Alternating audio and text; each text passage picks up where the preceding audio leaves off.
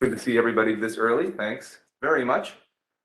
This officially is a meeting of the Bloomington City Council, so I'd like to officially call this special meeting of the Bloomington City Council to order. And as such, we officially need to call the roll of the Bloomington City Council just as we get going here. So if you will indulge us for just a moment while Mr. Brillard calls the roll call of the City Council. Councilmember Carter. Councilmember Carter is unable to attend. Councilmember Coulter. Present. Councilmember Lohman.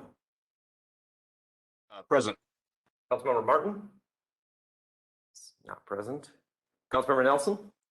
Present. Mayor Busse. Present. Councilmember D'Alessandro. Present. We have 5 of the 7 members of the Bloomington City Council here. I know Councilmember Martin and Councilmember Carter are not able to join us this morning for a variety of reasons. We, again, appreciate everybody being here. And we're going to go around and just have everybody introduce themselves in just one moment. But as we get started here, I really do want to thank everyone and express my appreciation to our legislative delegation here in the city of Bloomington. I want to express my appreciation to the staff who are joining us this morning and are going to offer the information that we need to move forward.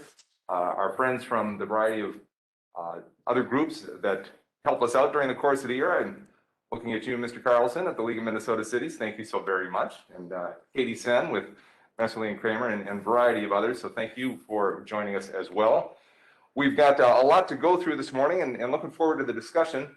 The agenda is pretty straightforward and you probably recognize it from years past. What we're going to do is do some introductions here. We'll do a presentation by city staff. We'll go around and we'll talk about the Bloomington sales tax, including the Ice Garden, our Community Health and Wellness Center, the Center for the Arts and Duan Golf Course. We're going to talk about our HRA board. We're going to talk about Expo 2027, the 494 project, and the South Loop special use taxes. Then we're going to turn it over to our legislators and let you make comments and listen to you, hear what your priorities are for this legislative session.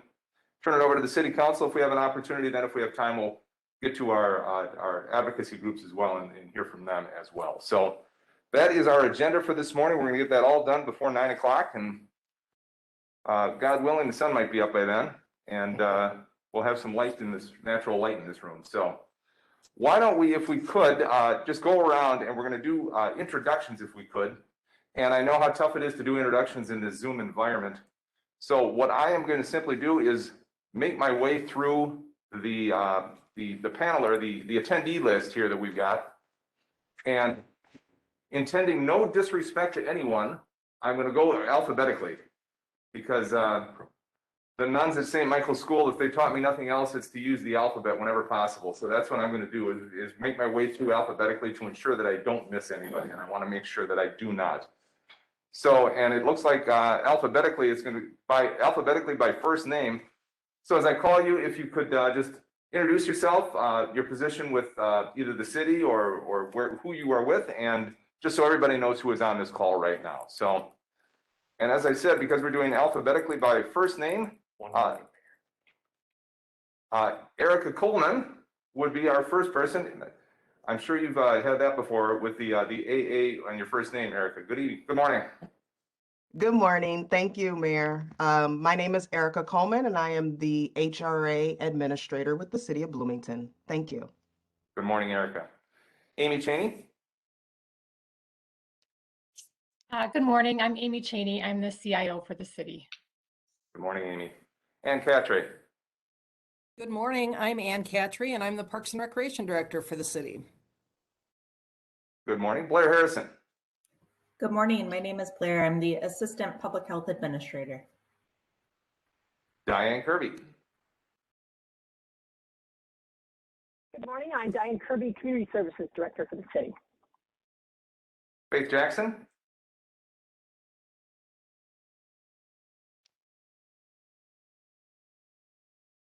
I'm Faith Jackson's Racial Equity Coordinator. Good morning, Faith. Glenn Markegard. Good morning, Glenn Markegard. I'm Planning Manager with Bloomington. Karl Keel.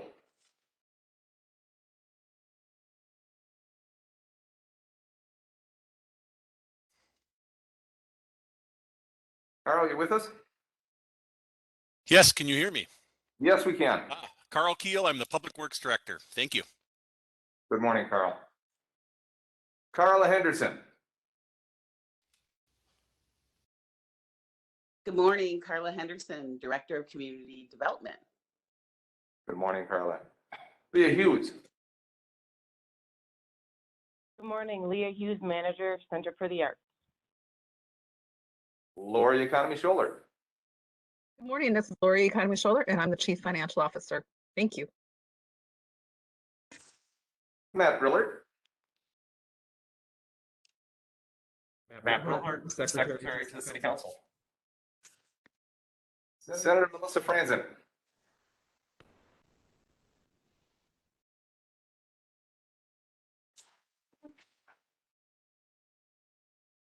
Again.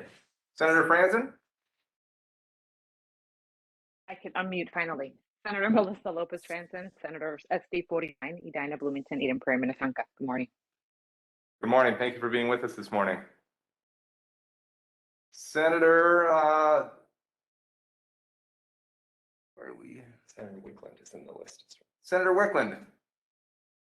Thank you. Yes. Good morning. Melissa Wicklund, Senator for Senate District 50, which is Bloomington and Richfield. Good morning. Good morning. Melissa Manderscheid. Melissa Manderscheid, City Attorney. Good morning. Good morning. Chief Hartley. Good morning, everybody. Mike Hartley, Interim Chief of Police. Mike Sable. Good morning, Mike Sable, Assistant City Manager. Good morning, Mike. Dr. Kelly. Good morning. Nick Kelly, I'm the Public Health Administrator. Patty Nauman. Good morning, Mayor and members. Patricia Nauman with Metro Cities. And I'm having a little trouble getting my video on, so I don't know if I need assistance from the host, but as soon as I can get that going, I'd be happy to share my video. Thank you. Very good. Thank you. Susan Faust.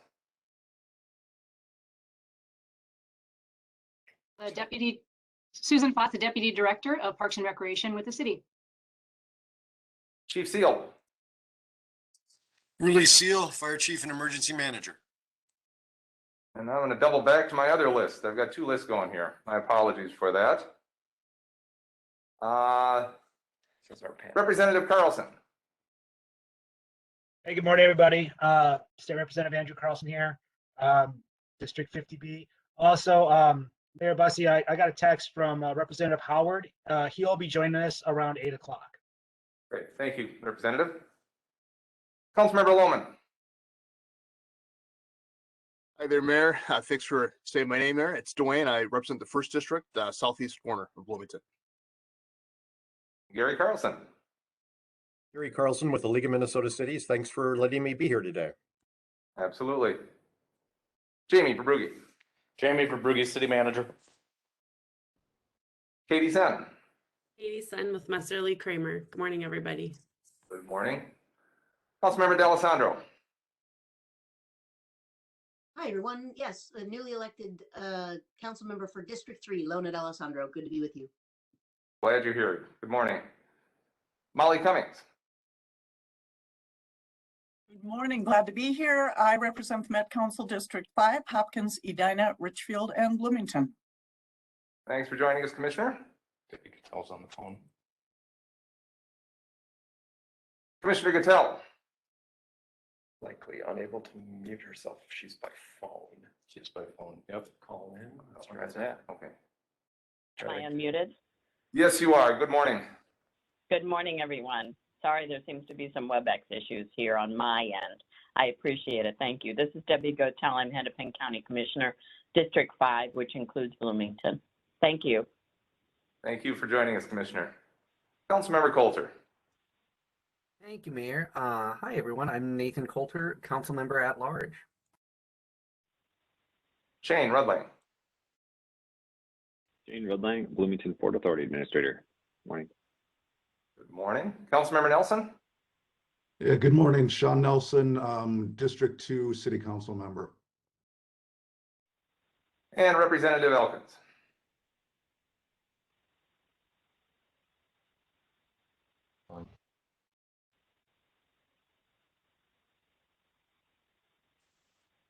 Good morning, Representative Elkins. All right.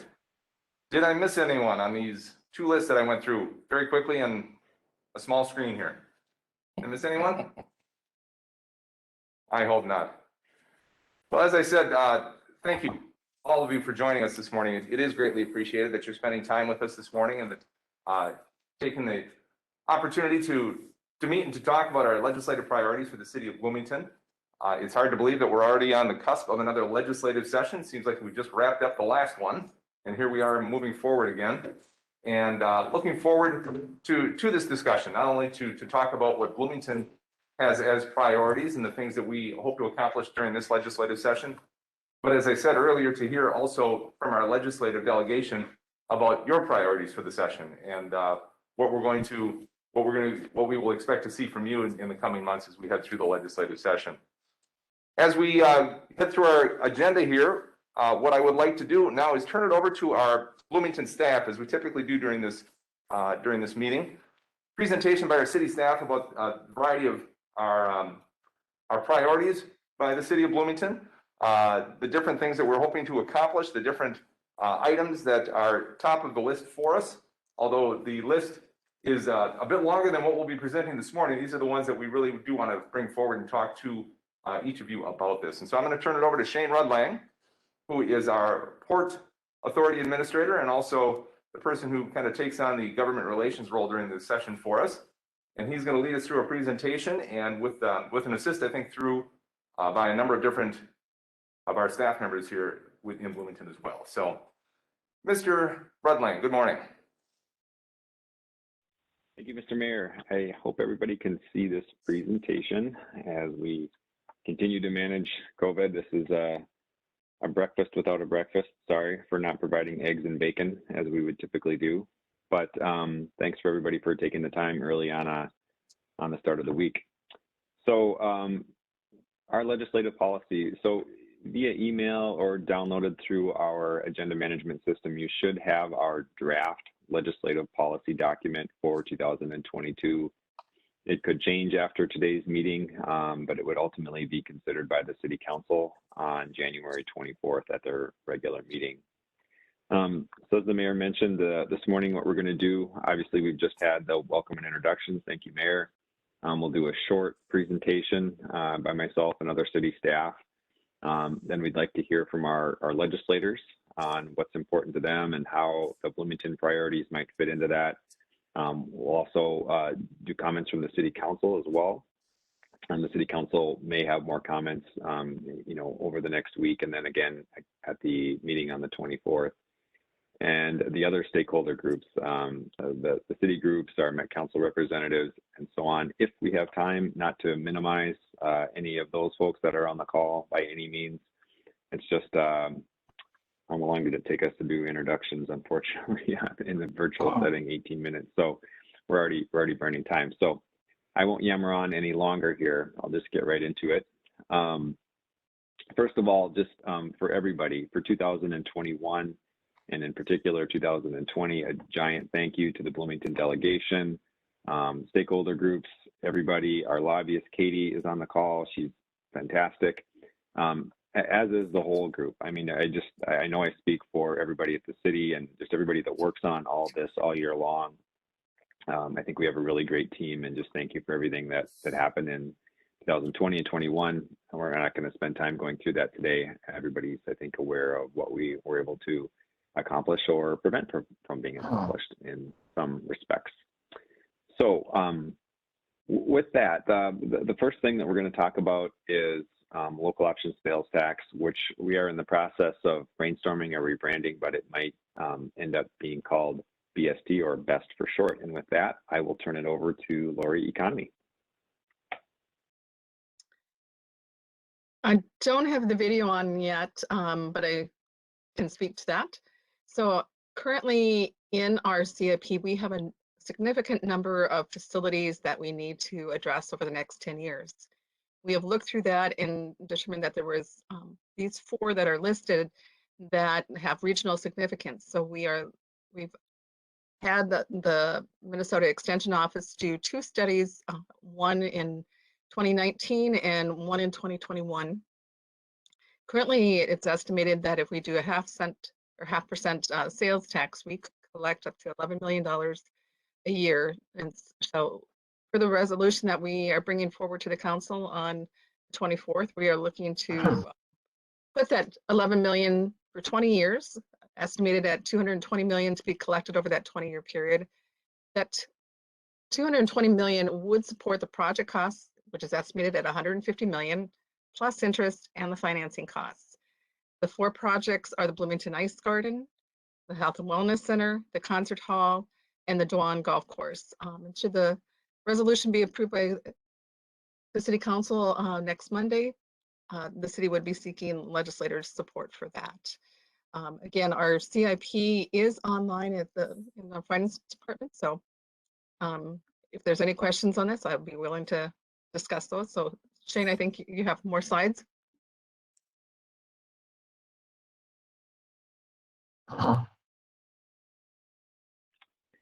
Yes, thank you, Lori. So after that introduction of the VST tax via local option, we have a couple of slides that'll be presented by other staff, and we'll go through the 4 projects in a little bit more detail starting now. Hi everyone, it's Ann Catry again. Matt, I just wanted to note I am not in presenter mode, so I don't have the ability to turn on my video, so I apologize for that. I know that you're all very familiar with the Bloomington Ice Garden, or BIG as it's affectionately called throughout Minnesota's hockey world. BIG is one of the busiest and most successful ice arenas in the state. We rent over 9,000 ice hours and host more than 24 tournaments annually, with people coming from all over the metro, state, United States, and Canada. BIG opened in 1970 with 1 sheet of ice. A second rink was added in 1975, and a third sheet was added in 1993. At 52 years old and with multiple building additions, BIG is in need of significant renovations, including replacing the R22 refrigeration systems, replacing most major mechanical equipment, ADA improvements on all 3 sheets, energy efficiency upgrades, new roof systems, new high school locker rooms, and renovation of the existing locker rooms, and downsizing Rink 3 from Olympic to NHL size. This renovation would improve the building flow, make concourses wider and more accessible while improving building safety and security. And improved efficiency would help overall facility operations and guest experience. Next slide, Shane.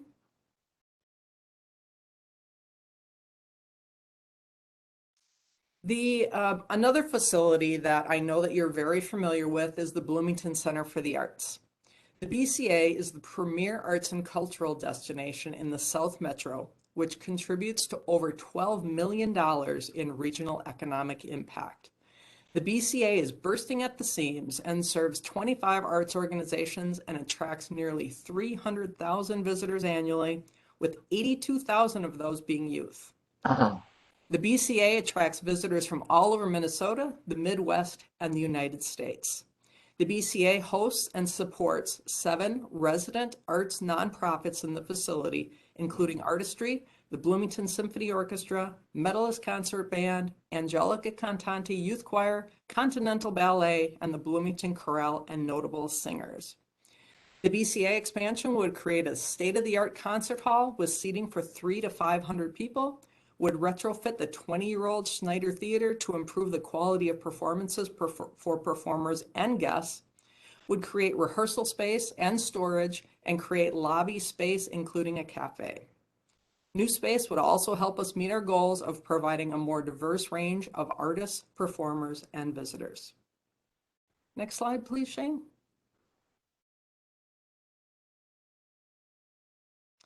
Bloomington's Duan Golf Course is one of the busiest 18-hole golf courses in Minnesota. In 2021, over 55,000 rounds of golf were played at Duan. We host players from not just Bloomington, but the entire Twin Cities metro area because of Duan's beauty, playability, course length, excellent course conditions, and overall value. Duan has a reputation of being a welcoming course for players of all ages and abilities. Duan opened in 1970 and is in need of significant improvements to keep the course viable for decades. Duan's clubhouse is original, It's outdated, small, and does not meet ADA standards. The Duan site is tight, but a new building with underground cart storage, outdoor seating, and dining space and improved parking is possible and much needed. The golf course is also in desperate need of improvements for playability and player safety, as well as in environmental enhancements with more naturalized area and improved irrigation pond. Bunkers would be renovated, irrigation replaced, on-course restrooms would be added, and sight lines would be improved for player safety. We're incredibly proud that Duan is a certified Audubon cooperative sanctuary, which means we're committed to enhancing the valuable natural resources and wildlife habitats that Duan provides, improving efficiency, and minimizing potential harmful impacts of golf course operations. All of these improvements will allow us to open the facility year-round for recreation, including snowshoeing, hiking, dog walking, and cross-country skiing, while keeping Duan relevant and sustainable for the next generation of golfers. Next slide, please, Jane. Good morning. I am Diane, Community Services Director with the city, with our new Assistant Public Health Administrator, Blair Harrison. The proposed Community Health and Wellness Center would integrate the area's health and wellness services in a more holistic way, combining the services offered in our Creekside Community Center and our public health facility. Both services are currently based out of buildings constructed in 1960 that long ago outlived their estimated 40-year lifespans. They rank among the lowest of our city facilities for energy efficiency, and the aging mechanical systems makes it increasingly difficult to find parts to keep them maintained. Here's Blair Harrison with a look at the regional significance of this project.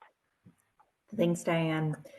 The project has regional significance as Bloomington Public Health serves a population of nearly 180,000 residents across Bloomington, Edina, and Richfield, a relationship that has been in place since 1977. Public health also reaches thousands of individuals living across the Twin Cities region and beyond, such as people who work in the three cities who seek health services like immunizations from the health department. Creekside Community Center received approximately 110,000 visits each year from people across the region prior to the pandemic.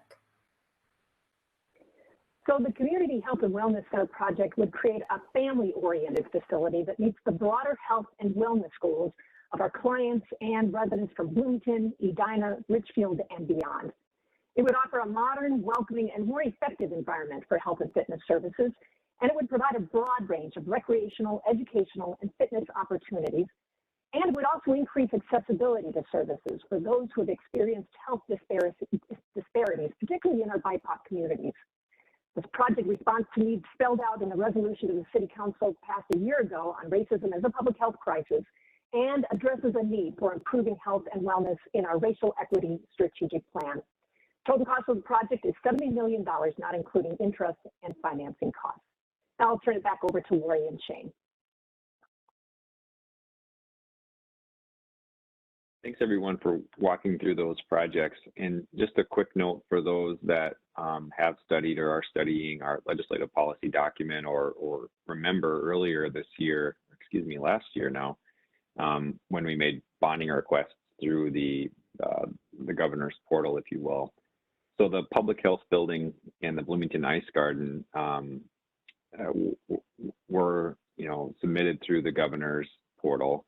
The public health building in particular is a part of the Community Health and Wellness Center. So I don't want to say there's doubling up on our legislative policy in the active area of the policy itself, but we have that listed twice, and we will be working with the delegation and others to manage how those requests flow through, the policy or the session this year, because we may not get both a local option sales tax or a bonding request, or we may get neither, of course. Anything can happen during this session, but just trying to explain why we have the Ice Garden listed twice on there and the public health building twice on there in a sense. And Lori, do you have any other closing comments on local option sales tax? Shane, not at this time. I'll wait for questions. Great.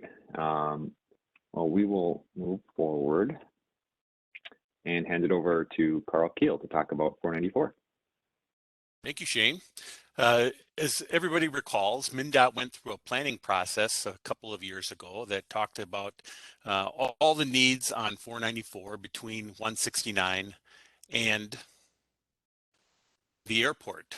And so this is kind of a summary of that work, split into 4 different construction projects. Have the next one, please.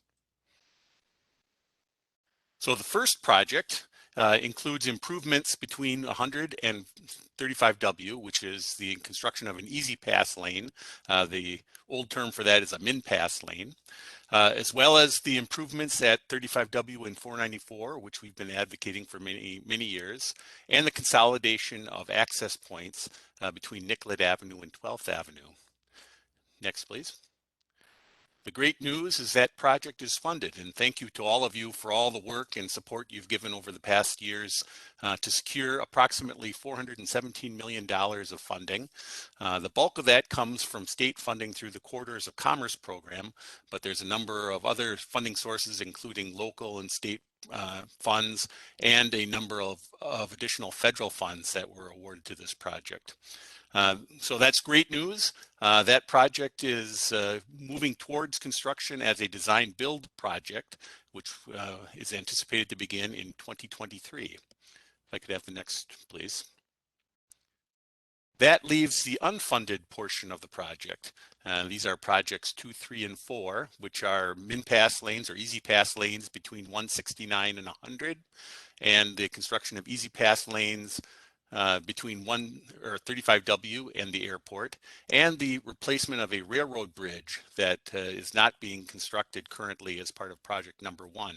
I'll speak to that in a moment. Next slide, please. So the unfunded portion of the program is almost $300 million. And so we're looking to you for additional work and support to try to help fund those additional projects. I had mentioned project number 6, that's the railroad bridge.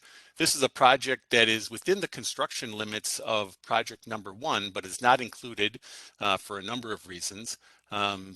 If there's a small ask, we're looking to find funding for project number 6, because that would complete all the work that disturbs communities on either the north or the south side of 494 as part of project 1.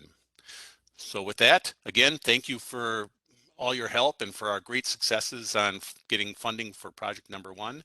And we look forward to continuing to work with you to get funding for the remainder. Thank you. Thanks, Karl. And then we'll pass it to Erica Coleman to talk about the HRA board. Thank you, Shane. Good morning. This is a very wordy slide, but I'll be pretty quick. So the HRA is a component unit of Bloomington that is created by statute, and our mission is to provide housing opportunities for those that are not adequately served by the marketplace. We are governed by a 5-member board. However, Minnesota statute provides that we can go up to 7 commissioners. And so at this point, we are looking for support to have legislation amended that we may be able to increase our board from 5 members to 7 members, and allowing for increased representation of the community in which we serve. Thank you. Thank you, Erica.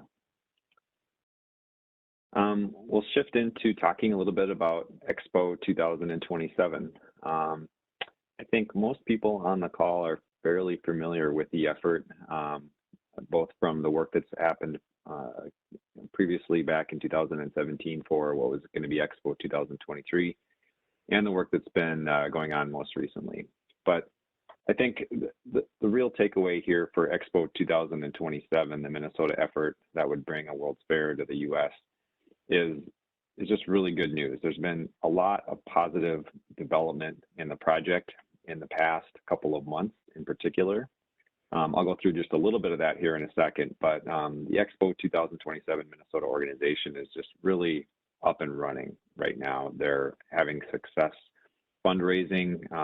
They're putting their board together, adding staff, and it's just it's been a lot of positive movement with the project. But first of all, just a quick review on the project. The theme of the event would be healthy people, healthy planet, wellness and well-being for all. It takes off of one of the UN's Sustainable Development Goals. And just a quick refresh on that, development is, in that context, is not real estate development. It's really how you develop a country or policies for your country. But it's a really popular theme, well received by everybody that we've talked to, both, frankly, foreign and domestic, if you will. The expos are governed by the BIE, the Bureau of International Exhibitions, and there are 4 main types of expos. The really big ones, like the one that's happening in Dubai right now, specialized expos, which is what the US and Minnesota and Bloomington are vying for 2027. Then they have two smaller versions. But really the kind of amazing thing, and we joke that the effort to bring an expo to Minnesota back to the US was supported by Obama, Trump, and Biden. It might be one of the only things that they 3 agree on. It does have a lot of other bipartisan support from our congressional delegation and from other states' delegations as well. Lots of states support this. It's kind of surprising how many people do support it.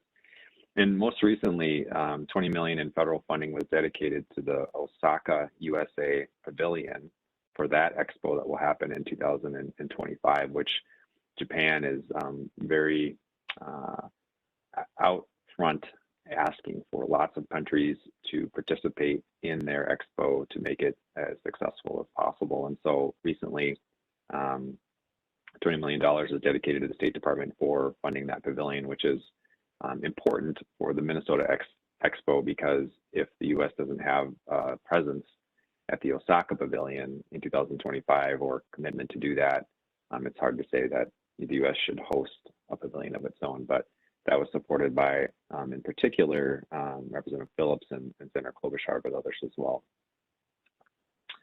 And just the timeline for the project.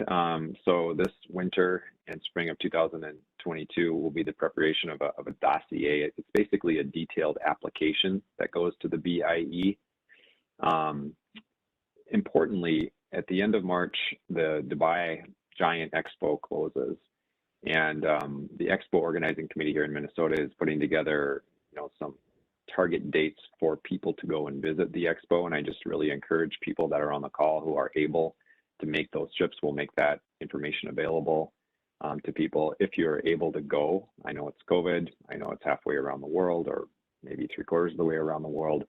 But it's really important to see these events. And if Minnesota is going to be serious about a project like this, it's important for people to go. I know that some representatives, in particular, Representative Hornstein was just out there. I didn't talk to him personally, but heard through others that he was there and found it very a worthwhile event.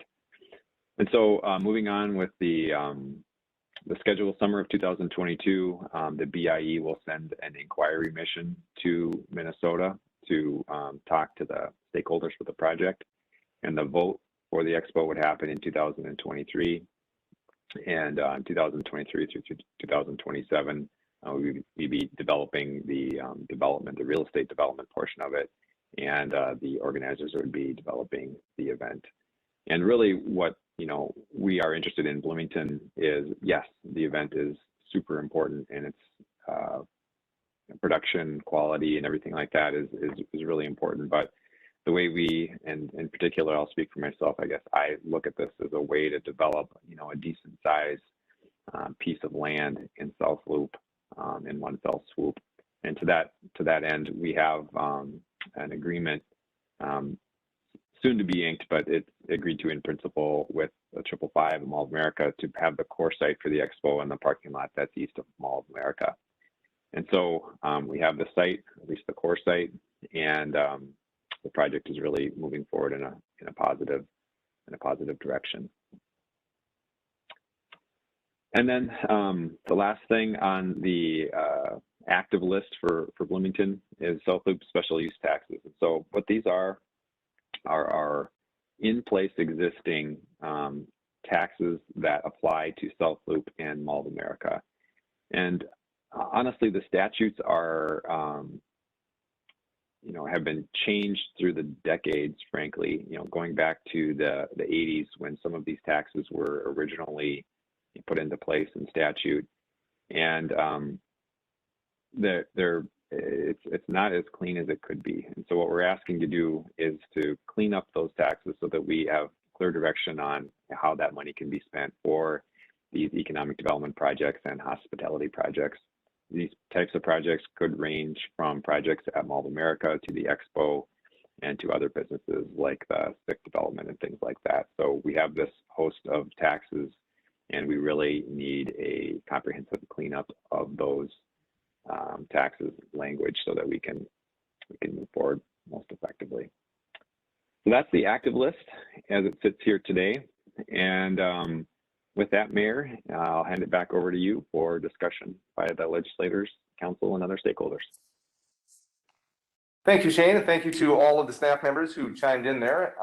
A whirlwind tour through our Bloomington priorities, and wanted to take just a minute here to ask any of our legislators or our commissioners if they had any specific questions about anything that you've seen that was presented so far.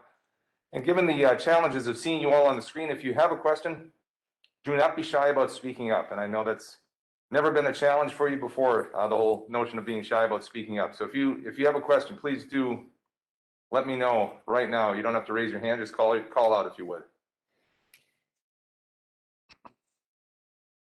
I'm going to jump in. This is Melissa Lopez Franzen. I have a couple of questions regarding your priorities and where things are set right now in motion in the legislature. One of them is bonding. So there's a bonding tour of the western suburbs today, or the suburbs today and tomorrow, and then Thursday.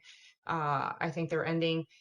And I didn't see Bloomington on the list, but maybe Katie can find out where we're at there, or we already did some, I believe. So just an update on that. There's a lot of moving pieces right now in my brain. And then second, the Biden infrastructure bill. How does that interact with the 494 funding, the gap that you talked about of 292? Is there a way of bringing some funding from that, or is this not, from your understanding, able to leverage some of that funding? Thank you. Thank you, Senator Lopez Franzen. Appreciate the question. I'll turn it over to Shane with or Karl with the 494 funding. I think with the bonding tours, yes, I know we've had the House bonding tour out, and we met over at the Public Health Building. We did talk Bloomington Ice Garden there as well. As Shane mentioned, we have a bit of a dual track going on as we submitted those two projects as projects for state bonding assistance, but at the same time, we're looking at a possibility through Bloomington sales tax, so that through BEST. So we're trying to negotiate that right now, trying to figure out the best way to continue to move one without eliminating the other possibility in terms of how we might be able to fund these two important projects for Bloomington. Shane, did I answer that correctly? Yes, Mr. Mayor and Councilmembers, thank you. Yep, Mayor answered that correctly. It's with the bonding and local option sales tax or BEST. We understand that we might not get both of those, but the council has more recently been talking about local option sales tax. The schedule for bonding requests happens much earlier in the year, and so those are kind of in evidence and moving, hopefully. And how local option plays in, if we're hopeful that we'll be able to get local option through the legislature this session, and then of course it goes to the voters after that. But we realize that is a challenge how to manage the messaging with the bonding requests and whatnot. But as it pertains to the specific bonding tours, I will let Katie answer that one. Yes, and we did request to be on that tour, and I believe both you and Senator Wicklund were also pushing for us to be on that tour, and they did not choose Bloomington to be on that tour. So we love your support behind the scenes with Senator Bach, and people are deciding, what's going to be in the bill, because we are not on the tour this week. If I may do a quick follow-up too, as you know, Katie, we're also looking for similar local option sales tax edit, if you will, in Edina for a similar project. So I think it is good to have a few projects of this nature for consideration, not just in bonding, but also for local option sales tax. So, and the lesson learned in that Edina project is that sometimes price changes. So maybe when we draft it and drop it, or maybe make an addition that we might have an up to number, because we know that the price of goods and everything's going up. So things can change dramatically in a year. So just to keep that in mind, sometimes it's better to ask for the higher number, and knowing that we want that flexibility. Without question. Carl or Shane, who's best to answer the 494 question? I could take a shot at that, Mayor. So I think the infrastructure bill certainly has opportunities for the next phases of 494. I think there'll be a number of grant programs that we can apply for, but I believe the largest amount of money that will come to the state will actually be through formula funds that'll come directly to MnDOT. I think they're going to see an increase in their federal formula funds by about 13 to 15% per year. So really, I think the funding for that project in a large point of view comes from MnDOT, and I think your support and your encouragement of MnDOT to bring priority to this project and to fund that with those additional funds would be immensely helpful. I can add on to that. I know that for soon to be former Commissioner Kelleher, closing the funding gaps for the MnDOT's big projects in Bloomington and Duluth has been a priority for MnDOT. So I'm very optimistic there, even with the change in commissioners. Good to know. Thank you, Representative Elkins. Hi. Can I ask a question about the bonding project for the Bloomington Ice Garden? Is that something that you want to see language included in the bonding request? Because I think right now, as we have it drafted, we've got public health covered, and I don't think there's specific language about the ice garden. So just curious whether you want to see that one move along as a bonding request as well. Thank you, Senator Wicklund. I know it was one that we did submit in the spring through the governor's portal as a bonding request officially. As we've said, we're trying to navigate the two processes at the same time. And I think I don't want to eliminate one possibility over the other. We do have it as a possible resolution next Monday night to move forward with local option sales tax. And at the same time, I think I would like to see it at least considered as part of the bonding package. If we're not able to secure the local option sales tax option, that we do need, we're looking for an opportunity to move forward with this, primarily because of the needs at the ice garden. And it's there are certainly some actual needs to keep the building operational and feasible, especially with the refrigeration and the cooling system. So we do need an option one way or another to move forward with this. And Mayor, this is Katie Sen, I can jump in. We are getting that drafted on the House side, and the jackets are going to Representative Carlson. I just don't think they have come down yet. So you will see that as well. The Senate it took us, as you know, it was kind of slow getting that public health building bill drafted. So we switched to the House to get the Bloomington Ice Garden bill drafted. Right. Additional questions? And before we get too far forward here, I do want to acknowledge that Representative Howard has joined us, and I know that Councilmember Martin has joined us as well. So thanks for being here.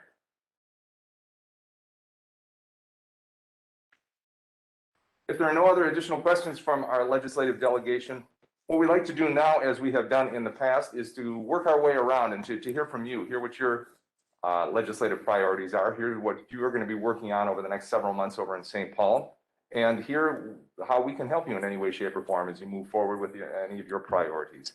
And so if we could, I'd like to start with our senators. Senator Wicklund, if you'd like to kick us off, if you could talk a bit about what you're hoping to accomplish during this legislative session.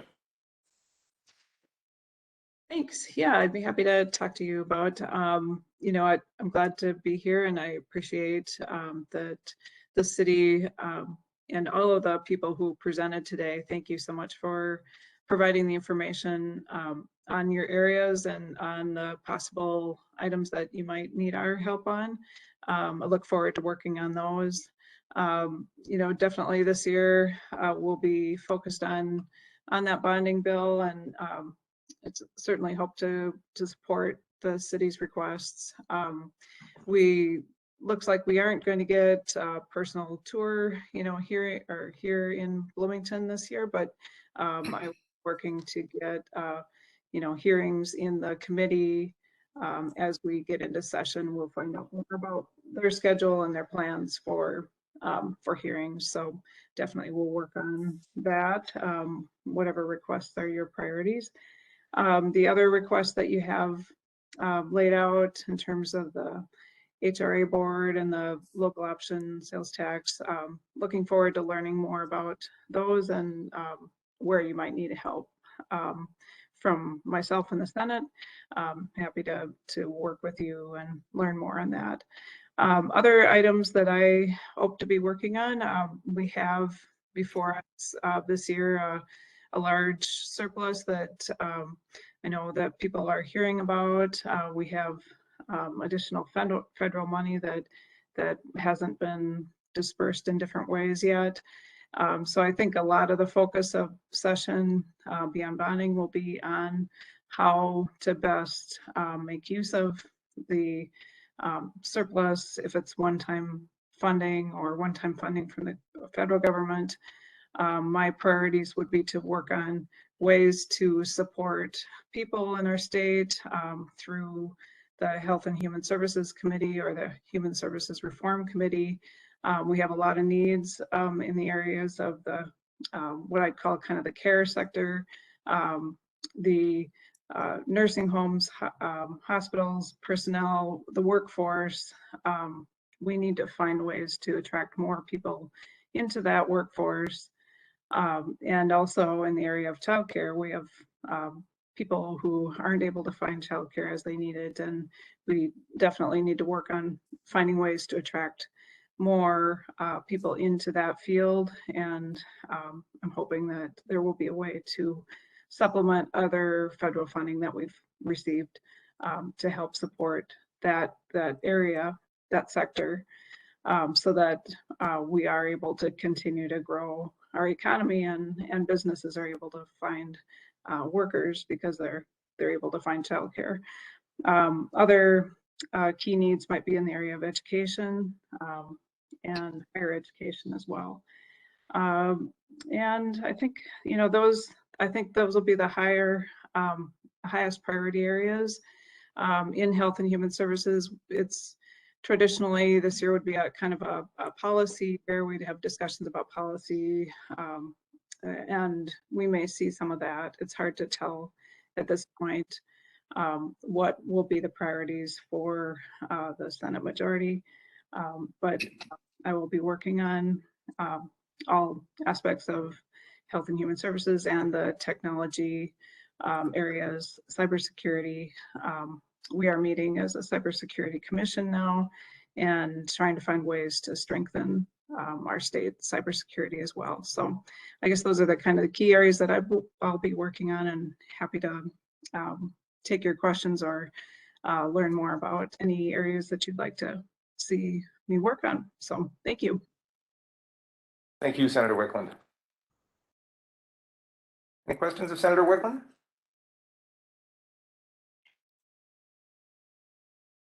If not, Senator Lopez Franzen. Thank you, Mayor. And I'll start by saying I'm going to be wearing two hats this session, obviously. So the priorities for my district will be separate from the priorities for the caucus that I'm leading. But I would start with also saying that Bloomington's priorities are my priorities. So I would love to be able to support all the items that you have outlined, and if any way I could sign on to them, I would love to do that. So I know that in the Senate, we have a Republican majority, so you might need Republican authors, but to the extent that the delegation, Senator Wicklund and I can be part of those bills, that would be great, and help support moving them along. So one thing we do know is that we have two main overarching themes that people care about, and you probably have heard this at the local level as well, which is the public safety piece and the economy. So I think what we'll be seeing from our caucus and from myself are issues revolving how to support families, how to support workers, and how to support our kids, right? COVID has definitely been part of the equation, but those are the bigger elements of overarching themes. So on the public safety piece, I would love to hear what Bloomington, and we can take this offline, what type of supports you need in law enforcement. We are looking at whether it's youth intervention programs that I've been supportive of in the past and actually chief authored with crime prevention. And some of us were in that meeting recently with the Western mayors, suburban mayors, and we heard a lot from law enforcement of taking this opportunity to work together. So whatever that looks like and how we can support at the state level with either resources or legislation when it comes to the Pulse Board, we'd love to support that as well. We know that that is a critical issue for our communities. On the economy, the inflation fit piece and how people are seeing their dollars not buy as much as they used to a few years ago. So we want to be able to support workers, whether it's as Senator Wicklund mentioned, the workforce issue, and we know that we have issues in nursing and nurses and nursing homes and childcare, and those are things that you'll see myself and Senator Wicklund and the Senate really focus on. As much as we want to also support housing supports, and we expect a tax bill because of this nature of this $7.7 billion surplus. So I'm sure I'm not going to steal the thunder of the property tax discussion, but I'm sure there'll be talk about that. Talk about tax credits and rebates, whether it's childcare and targeted tax cuts for families. And then finally, I would say schools have been really hit, especially today, right now, they're being hit with a shortage of staffing, but that's mostly a lot of it's COVID related, but a lot of it has been attrition in many of these industries, including childcare and schools. So how can we support them, and how can we set us up for success in the future in terms of having the support for kids, nurses, and counselors in schools? We know that a lot of our kids and families have been hard hit with all the trauma of COVID and having to juggle so much. So I'll leave it at that, but know that those are the buckets we'll be focusing on. And obviously transportation, where I've served for a long time, I know that's going to be a hot issue for the legislature this year. And it's going to be a short, but really all full speed ahead kind of session. So looking forward to working with you all on what comes up. Thank you. Thank you, Senator Lopez Franson, and congratulations on your position. Don't know if I've had a chance to say that as well, and congratulations on the very nice article in the Star Tribune this weekend as well. Well done. You. Yes. Any questions of Senator Lopez Franson? Well, let's move on into our House representatives. Let's start with Representative Carlson. Good morning, Andy. Hey, good morning, everybody. Thank you, Mayor Bussey. It's good to hear from our senators. I'm seeing a lot of alignment between the DFL Senate and the Minnesota House Democrats. So good to see there's already a lot of alignment taking place in terms of priorities for this very short session. A lot of what our two senators mentioned are on my list as well, and I think we'll hear this continuing themes throughout as we get to other reps as well. But just real quick, obviously we have a budget surplus that's going to have to be dealt with. We talked quite a bit about bonding, both for Bloomington, but bonding will be a big deal across the state as well. I agree with our senators that there will likely be a tax bill. Serving on the tax committee, there is already some talk around what would be in that bill. So that'll be a committee to follow for sure. I'm going to dub this the year of infrastructure. I think with the bonding, the surplus, everything that's going on within infrastructure is going to be a big year for the Transportation Committee. And not just dealing with traffic safety, but water quality. We hear a lot about resiliency in terms of our construction, kind of tying in some of the climate action items so that we build things that are resilient to climate change. I think will be a big part of that committee's conversation and the projects they bring forward. You heard Senator Wicklund talk about cybersecurity. I think that factors into a lot of this infrastructure piece as well, in safeguarding our IT hardware with that. Election protections. I'm not sure if that came up, but we're going to be talking a lot about making sure that all Minnesotans deserve access to free and fair elections. So that'll be part of the government committee that I serve on. Childcare obviously is a big part of that, as well as securing the safety net for our students. We heard similar priorities from our senators with regards to those two subject areas. Yes, labor force participation. This is a big one. So our workforce training programs, I think, are going to be getting a lot of attention in recruiting and retraining folks. We all have heard now about the Great Resignation, but we've got lots of good jobs out there to get people trained into. So I hope the legislature takes an active role in reviewing our job training programs that are supported by the state.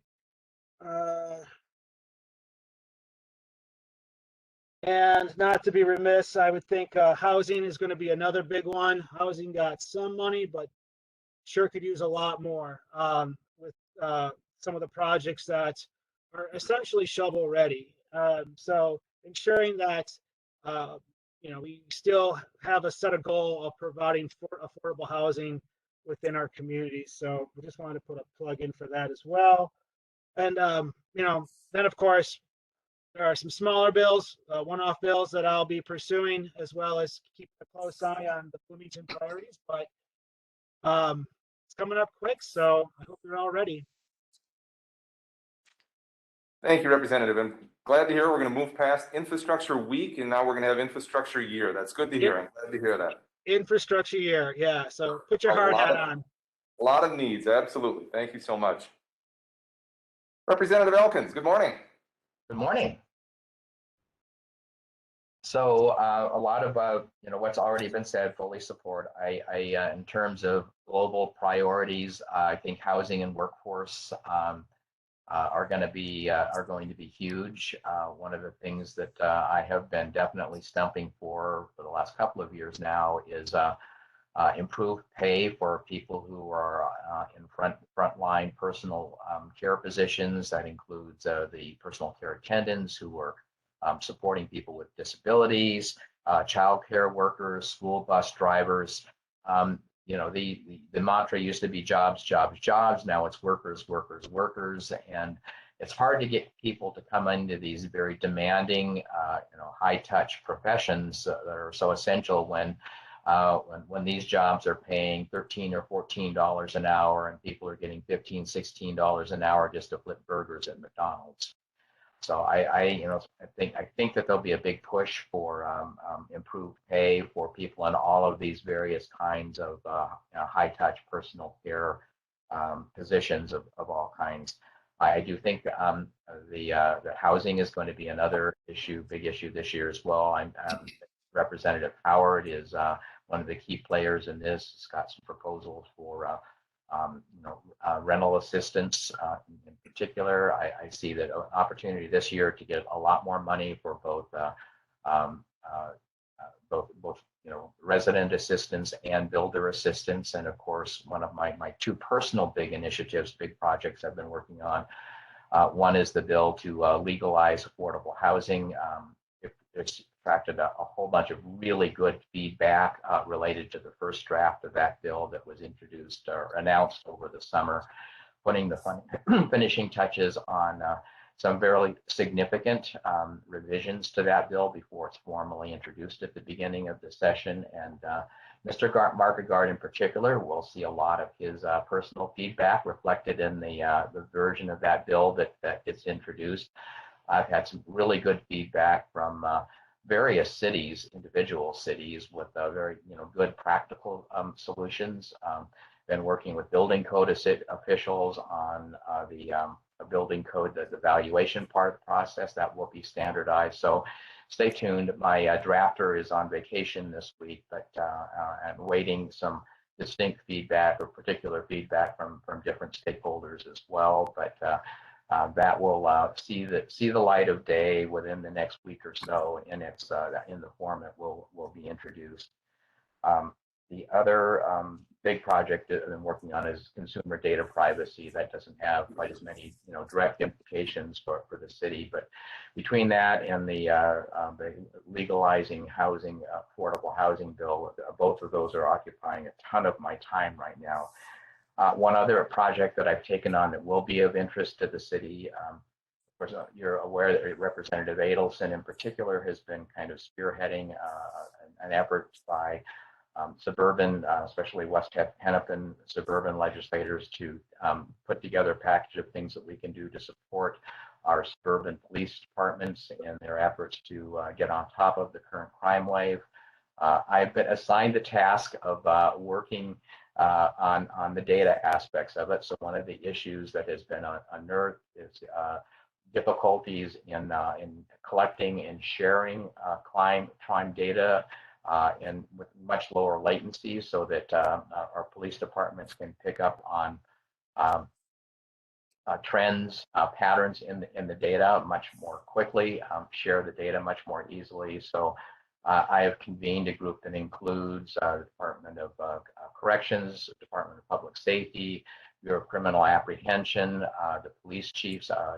Former Chief Potts is an active member of this group, as is Mel Reeder from the League of Minnesota Cities. So we have started meeting to see if we can identify any barriers, whether they are in statute, for example, perhaps misperceptions of provisions which may or may not be in the Data Practices Act, other technical barriers to the sharing of crime data. And so that will be an ongoing effort over the coming weeks to see if there is anything that the legislature can do to help, whether it's funding or legislative reforms, removing barriers in statute to allow that sharing. So I know Bloomington has had a crime data analyst for a number of years now, and essentially we're trying to make the jobs of our crime data analysts a lot easier and allow them to be more effective at identifying patterns and getting on top of that. So workforce, housing, and policing, I think, are going to be big priorities this year. So thank you. Thank you, Representative Elkins. Any questions of Representative Elkins? And last but not least, Representative Howard, good morning. Didn't get a chance to say good morning to you when we started. Thanks for joining us. Good morning, Mr. Mayor, and sorry to be a little late, although the good news is Richfield Elementary at STEM was back in person this morning. So that was kid drop off took a little longer, but grateful for that. Well done. And so when I think about session kind of at a 30,000 foot level, we have a historic budget surplus, but Minnesotans are also facing historic challenges. And I think our job is to tailor our solutions to address the immediate, tangible, real ways we can help the Minnesotans who have been most impacted throughout this pandemic.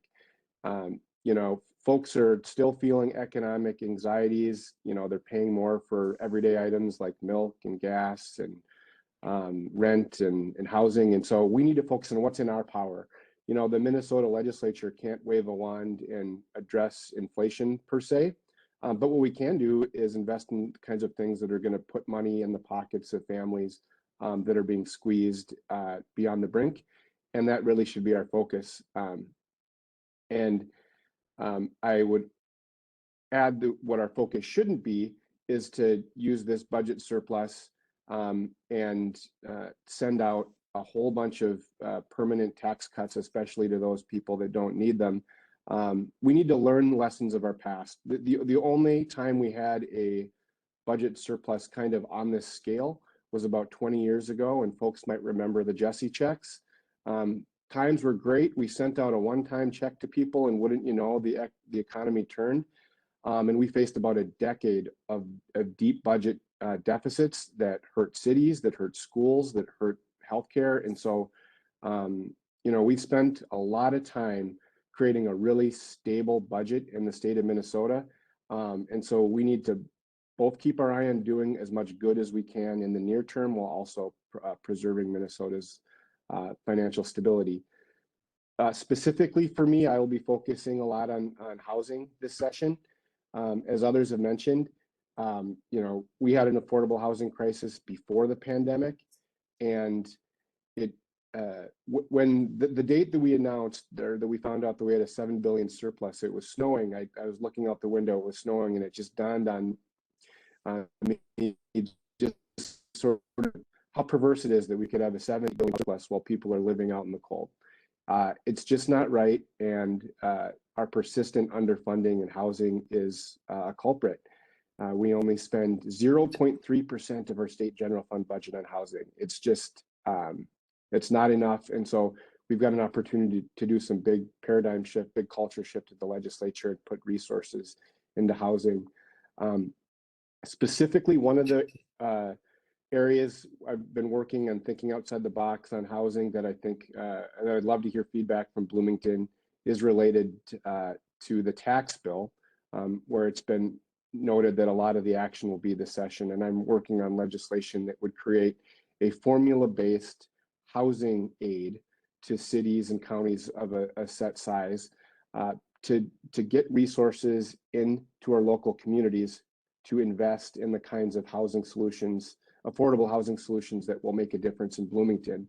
And those challenges are different in Austin, Minnesota than Bloomington, but we want to put resources into the communities that know their needs. And so I'd love to chat more about that and get an understanding of what, if the city of Bloomington were to get significant resources for an aid like that, what kind of solutions would you seek to address? Would it be additional rental assistance? Would it be helping to make the deals pencil out for the deeply affordable housing that's so hard to build? So I see a really good partnership that could get resources into the city. And I think as a leader on affordable housing, the city can help make the case for what local dollars can do.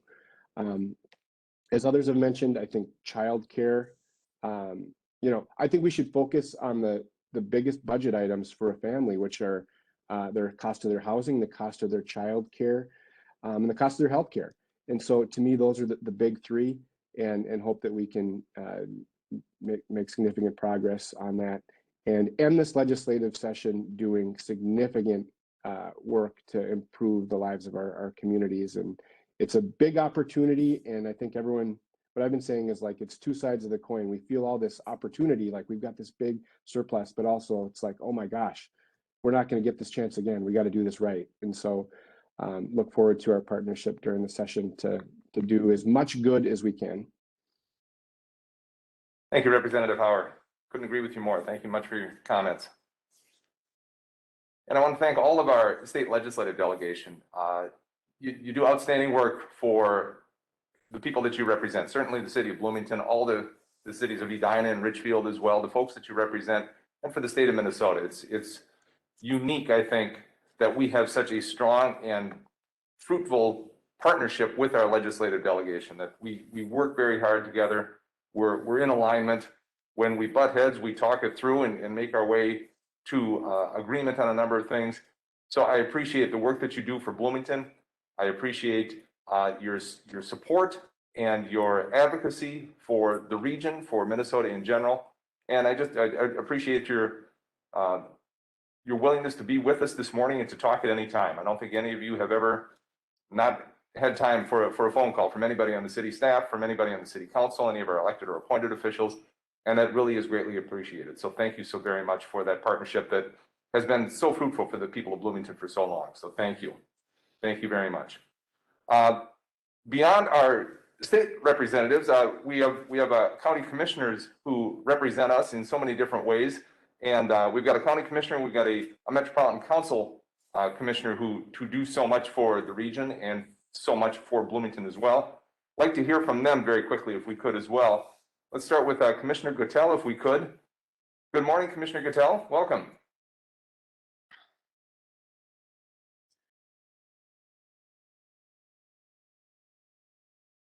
Commissioner, are you there?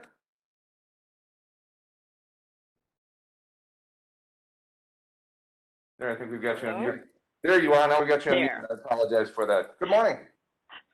Thank you. Thank you. Well, I can understand there's always so many and there's background noise, but I want to thank you. This is always educational for me because I found that the priorities, many of the priorities, I was always already very aware of what you're working on. I think county thinks that the Expo that you're looking at is an economic engine and driver, and we are very supportive of that.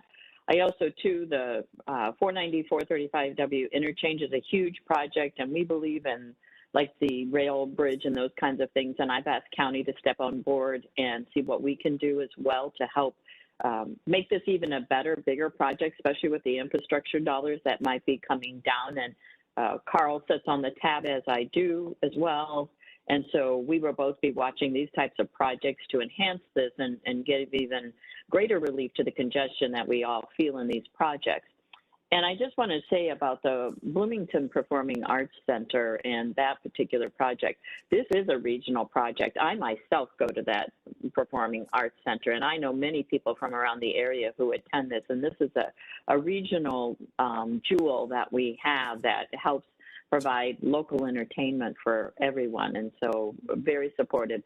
That and the ice arena expansion. Hennepin County has already led a large grant dollars come into the city of Bloomington to open up this ice arena, make it more friendly and accessible, and really appreciate that.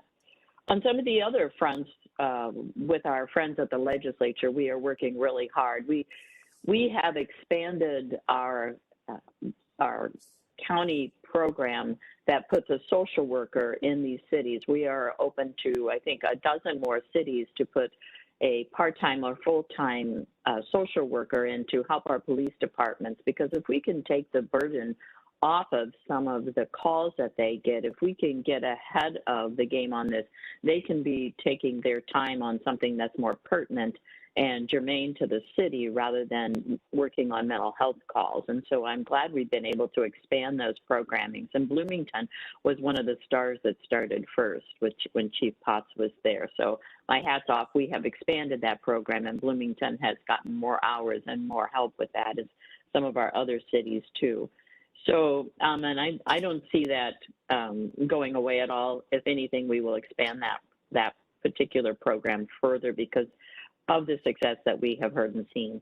We continue to work with our schools. They are struggling a great deal with just staying afloat and keeping as many kids as they can in school rather than virtual. So I understand Representative Michael Howard's issues with are we in school or are we home virtual, and how that wreaks havoc with parents and the fact that they don't have other alternatives for daycare. We are looking at that too. We are a partner with the state on these kinds of programs. We are looking in the next years how we can partner with the state and utilize some of the excess dollars into making sure we hold up people. We now know that evictions are happening, and we do have legal services for those that we are able to help out to quell evictions. If somebody has representation, it is less likely that their eviction will go through. And we have been able to negotiate many of those. And so we will continue some of that work as well. We would hope that the state would help us as we need to bring on more attorneys, because we also see the number of evictions filed increasing rather quickly. So we could use some assistance on that too. And we had our meeting with the legislature just last week. So there was a lot of conversation. We continue to spend, hundreds of millions of dollars on housing and housing supports. And we spent a large amount of our dollars from the American Rescue Program to obtain more affordable housing and to set up our shelters 24/7 and bring in resources to the actual shelters. And that has provided a lot of success in that we have been able to rehouse people much quicker, and we've been able to get the resources of medical help and mental stability and addiction services to those folks very quickly. We will continue those kinds of programs. We've already made it very clear to staff that we don't ever want to go back to something that's not a 24/7 operation. So any county involvement with any of these facilities will be 24/7. We continue some of our other infrastructure work as well, because as Bloomington, as every city in this state, we have backlogs of projects that need to get done throughout the whole state. And county's no exception, neither is Bloomington. And we need to get some of these dollars into the roads, and especially knowing how inflation has impacted the dollars that we do get from the gas tax and other things, that we need more assistance than we're getting at this time to be able to get in front of some of these projects, or at least, get to a break-even spot. And I think that's decades in the making, but we need to start a plan that gets us there. We will also continue some of our transit use, and I'm sure Molly Coskren will talk even further about this. But we continue to work with Met Council on looking at ridership issues to find out where we go and how we go on some of these. We're hopeful that ridership starts to increase, and so we want to just be on the cusp of making sure that we can get people to the jobs that they want. As we've heard, there's a lot of retraining going on, and we support that. As a county, we think a lot of people need to switch jobs, and they need living wage jobs. And lastly, I want to just say about just the PCA workers. I work a lot with disability communities, both in Richfield and Bloomington especially. I get a lot of calls from these two cities regarding issues around that. And PCAs, you just can't get a good PCA, and it's exacerbating the issues with the pay and the inequities of vacation and sick days and stuff that really don't exist for these folks. And we really need to look at this system as a whole and overhaul it so that people want to go into this profession. It is a noble profession, and it's a difficult profession, and especially during a pandemic. And so many people are just left without access to this. And there needs to be some safeguards around some of this too. I have horror stories of PCAs not showing up for bedridden people who can't get out of bed and take care of their own personal needs.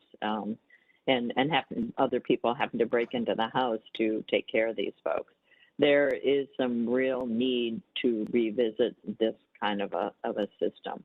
And as we look at the future, one of the things we talk about in general is just the whole equity. A lot of the people who work in this field are people of color, and we need to look at the whole equity issue around that as well and make sure that these people are compensated for the work that they do, that they're well trained, that they have the ability to have family leave, especially if somebody gets COVID in their family or they themselves. So there's a lot of work to do this next year. We've done a lot of work, but we've got a really good platform for how to do it. An awful lot of our services went virtual, and a lot of people really like them, and we have cut red tape, and we've done autofills and all kinds of things. And thanks to some of the state work that they have done for telemedicine and other things and the waivers, it's made it really possible for us to be able to shorten the time to process, but also to get assistance dollars to the folks most in need. Thank you, Mr. Mayor and council members. I appreciate the time to give you an update. Thank you, Commissioner. Appreciate that, and absolutely appreciate the county-sponsored social workers embedded in the Bloomington Police Department, enormously successful and enormously efficient and effective. So thank you so very much for that. Our Met Council representative, Representative Molly Cummings. Good morning, welcome. Good morning. Thank you, Mr. Mayor. It's a pleasure to be here and hear about all of these plans. And I'll give you an update on what the Met Council is looking at. We have not finished our proposal process yet. It's still in progress, but I can give you some idea on what the direction that we're heading on, the things we're looking forward to accomplishing in 2022. So we're going to continue to pursue authority to create an administrative citations program for fare evasion. This is a continuation from the session in 2020 and 2021. This would free up our uniformed police officers from having to do fare enforcement, which, as we know, is barely ever prosecuted, and really the penalties are outsized. Fare evasion can carry a penalty of $180. And we think that the resources of our police department can better be used. We also think that having an administrative citations program and those ununiformed individuals can help promote safety on the line. So we're looking forward to continuing to pursue that. It has been well received, and we hope that this year we're going to be able to pass that and get that moving. We still have a bill pending from the 2021 session to authorize the council to create an infiltration mitigation program for homeowners. As we all are aware, the ground and surface water that gets into our wastewater system is very expensive to treat and doesn't need to be treated, but makes its way in. So it's expensive and it causes us to have to build bigger facilities to handle the increased flow. So funding from the legislature could result in issuing grants to cities that work with the homeowners to reduce this amount of surface and groundwater that ends up in the system. These requests have been supported by the legislature in the past, and we're hoping to be able to be successful again this year. We're looking forward to additional funds for bus rapid transit development. We've had great success with our arterial BRT lines, even during COVID, or maybe especially during COVID. We've had robust ridership on many of our routes, like the A and C lines, in the past couple of years. And we have plans to continue to build out the system as we move forward. So we currently have the 4 BRT lines: the Metro Red Line, Orange Line, which of course runs through Bloomington, the A line, the C line, and we're constructing the D line, which is going to run through Bloomington and is scheduled to open up later this year. These have been proven over and over and over, especially in the last couple of years, to be really, really critical for so many of our transit users. We are seeing transit ridership increase, which is, of course, very good. We are short drivers, operators for both LRT and for our buses. We are doing a number of one-day hiring events, which have proved to be very successful, where we can bring people in, we can interview them, we can help them understand what they need to do to get their CDL license if they don't already have it, and offer positions and keep them moving forward. We are still over 20 operators short, however, and combined with the number of operators who are out on COVID issues and COVID protocols, that is stressing the system. We've had to make some changes to our routes frequency and structure, and hope to be able to recover from those changes in the near future. But it is certainly a challenging environment, as I think we all are aware. Metro mobility has had challenges. That ridership has increased a great deal. And we are raising the rate of pay $1 an hour for operators of Metro mobility to take some of the stress off of that system. It is still challenging, however. So lots of challenges. In the Regional Parks Capital Program, we partner, of course, with the 10 implementing agencies to acquire land, to develop the facilities, and so forth. That's been, especially again during COVID, we have 56 regional parks and reserves that total over 55,000 acres. And with so many people seeking ways to be outdoors safely, get some exercise, some fresh air, it's been very, very popular. So we're continuing to work on all of that. We're looking at the Green Line extension, of course, and that continues. We're about 60% finished with the structures and stations along the extension.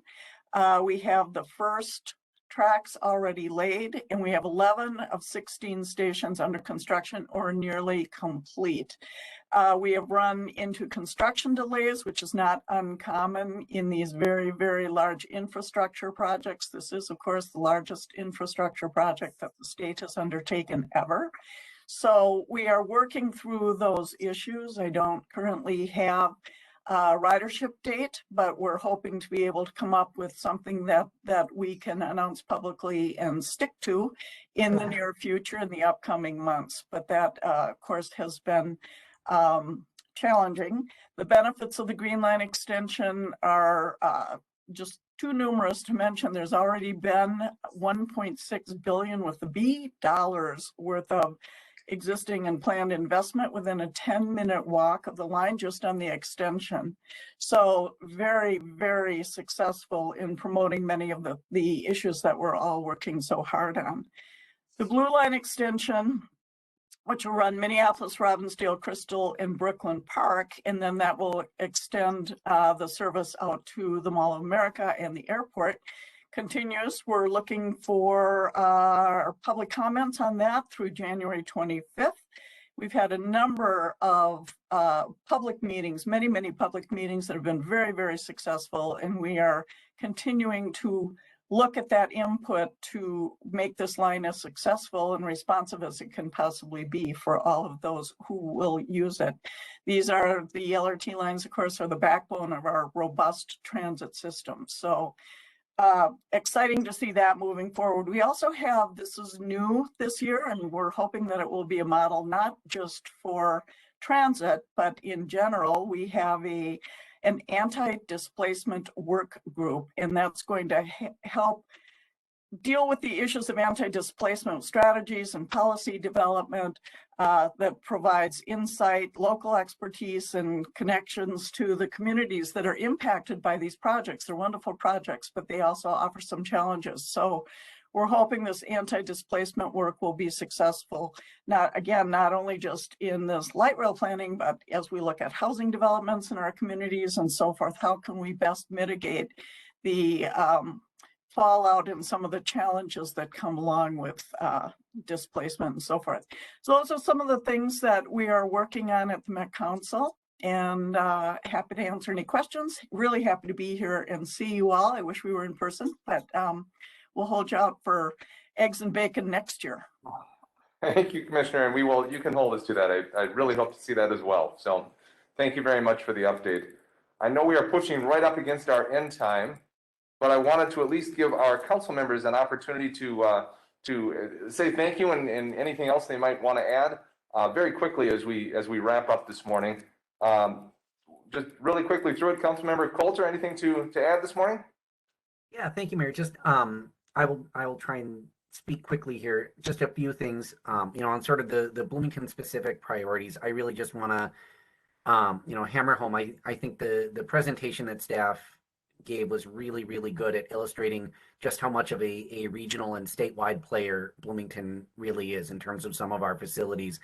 Whether it's a local option sales tax or bonding, the reality is that we need funding for these facilities. And just to be extra clear here, when it comes to the ice garden, we are literally talking about the operation of the ice sheets at the ice garden. I mean, this is to the point where the coolant that currently is in use right now is not being made anymore. This is an existential question for the ice garden. So I just really want to hammer home how important that is. And the other piece that I want to bring up is the Center for the Arts expansion. As somebody who went to a school that is literally nationally and internationally known for performing arts, that still does not have its own concert hall, real performing arts concert hall, it makes a huge difference. It really does. And then just with the HRA board thing, as a member of the HRA, 5 members is just really challenging to get things done. I think the priorities that have been brought up are, I think, pretty broadly shared. And I would just say that we don't, I think, in a public conversation, often do a good job of talking about how all of these different systems, education, health, housing, public safety, how these are all connected, how educational outcomes determine health outcomes, how housing outcomes determine educational outcomes, how it all works together in public safety issues. I see Chief Hartley still on the call. I've literally heard Chief Hartley and the officer with the BPD officer that I did a ride along with last Thursday say that it all starts at home. And that includes health and housing and education and all of it. So I think we can just think about all of that. And as we think about the investments that are going to be made, I'm glad Representative Howard mentioned the focus that we need to bring to these budget discussions and investments, and how long it took us to climb out of the budget challenges from 20 years ago. So that's my message for all of you for this morning. Thank you, Councilmember. Councilmember D'Alessandro. Good morning, everyone. Thank you again for being here. This has been a wonderful opportunity for me to be a part of. Thank you. Very quickly, when we talk about roads, I'm hoping that and infrastructure, I'm hoping we're talking about non-auto based transit. There's a definite need in Bloomington to make this a city that's more walkable and more bikeable and mass transit more accessible. So I'm excited to hear that you might think broadly about how to include climate-based support into our transportation needs. When it comes to mental health services, I'm thrilled with the work that we have with our social program. I would say, our officers themselves need support when it comes to mental health. They are overworked right now because we don't have enough officers to fill those positions. 12-hour shifts is really difficult to begin with, and we're asking them for lots of overtime right now and things like that.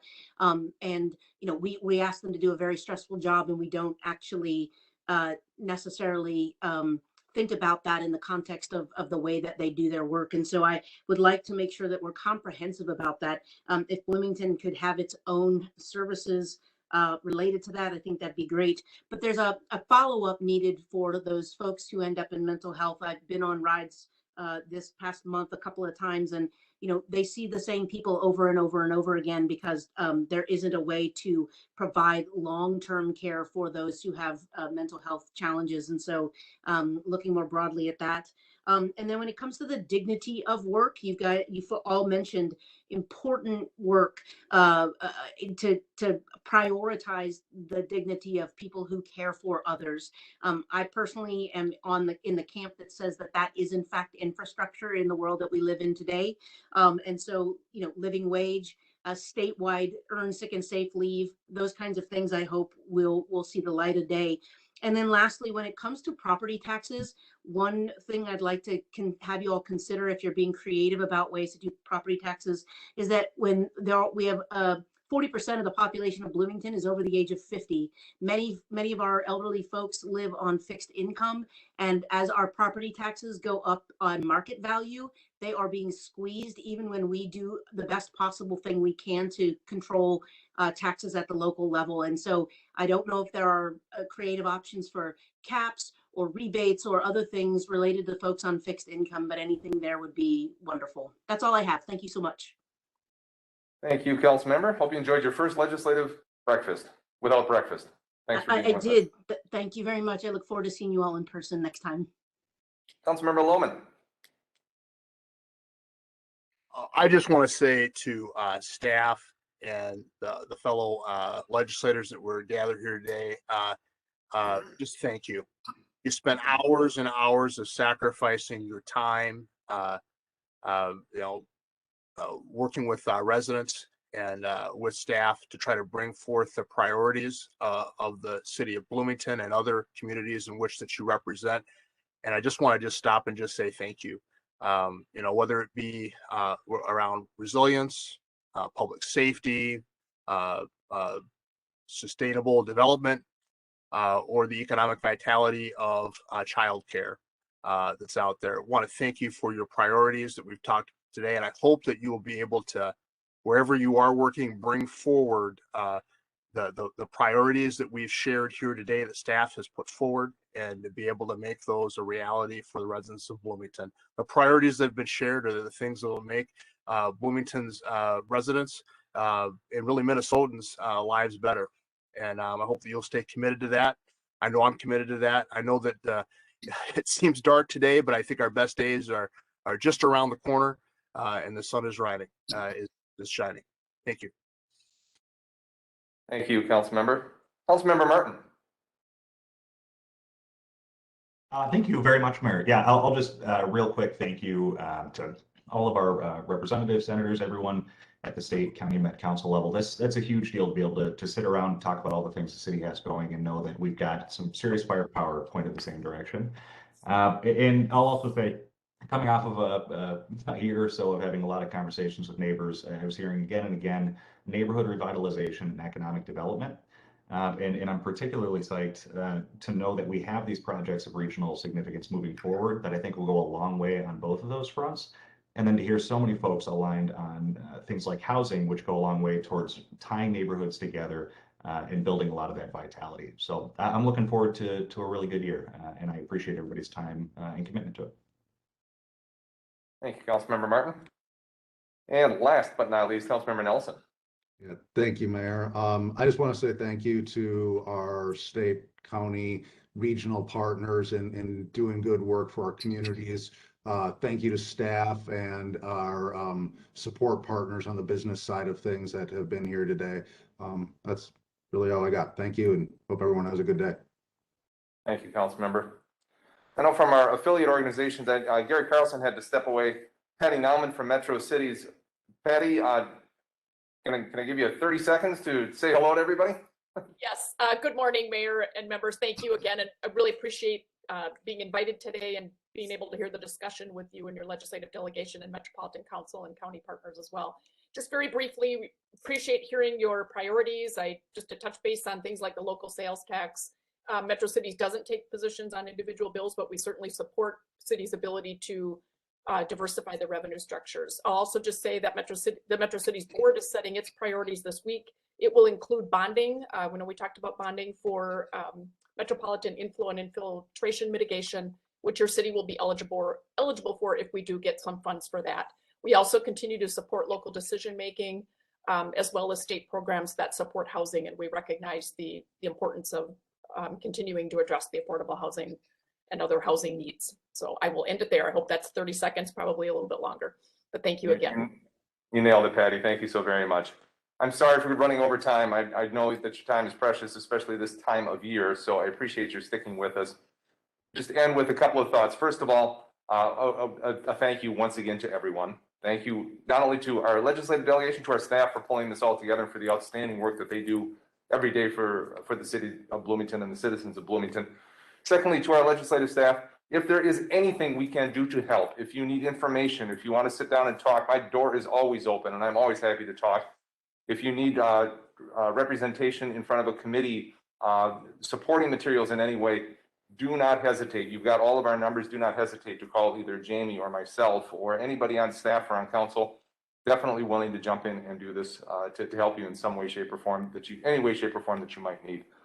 And finally, thanks once again for your willingness to be here. I really hope next year that we are sitting around a table together. This is getting a little old, staring at screens and trying to communicate like this with little boxes in front of me here. So appreciate your patience, appreciate your time this morning. Looking forward to a time when we can get back together as a group and talk about more ways that we can continue to move your priorities and our priorities together and to make lives better for everybody here. So with that, I will gavel this meeting out at 10 after 9 and thank you all for being here.